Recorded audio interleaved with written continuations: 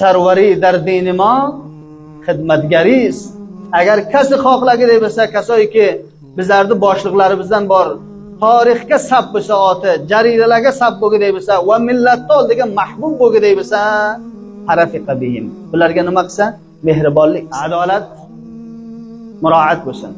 Insof jamiyaga hamma birday bo'lsin. Shafaqat, mehribonlik, muhabbat boshini silamoq millatni mana bu ham obodiy ma'naviga va ham obodiy moddiga sabab bo'ladi. Shu asosdan Rasululloh sallallohu alayhi vasallam duo qildilarki, Allohumma, ey bor Xudoyo, man waliya min amri ummati shay'an.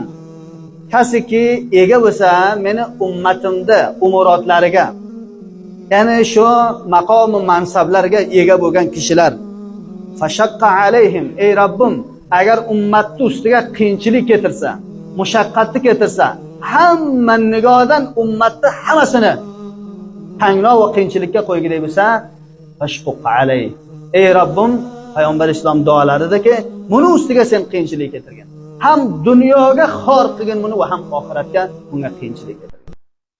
O'sha bahori u kishi insonlargaki muomalai neki bor, millat bilan shafaqati bor, mehribonligi bor, mazlumni boshini silaydi, zolim kishiga tavsiya qilib qo'lini mazlumdan qaytaradi. Allohi mutolga har shaklga biza maxluqotga muomala qilsak, buni daqiq biling, Robbil alamin bizlarga ana shu shaklga muomala qiladi. Va ikkinchidan aytdiki, bor Allohumma, ey bor Xudoyo, man waliya min amri ummati shay'an farafiqa bihim.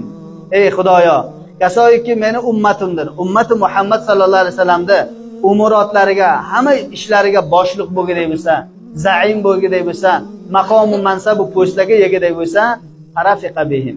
Bularga mehribonlik qilgandek bo'lsa. Darvozasi hamisha ochiq. Hech mazlumni o'ziga darvoza band emas. Agar biran askari yo biran muhofiz bir andagina barxurda tun qilgandek bo'lsa, vazifadan hatto azl qiladi, aytadiki, men xodimi millatman. Neyki sardor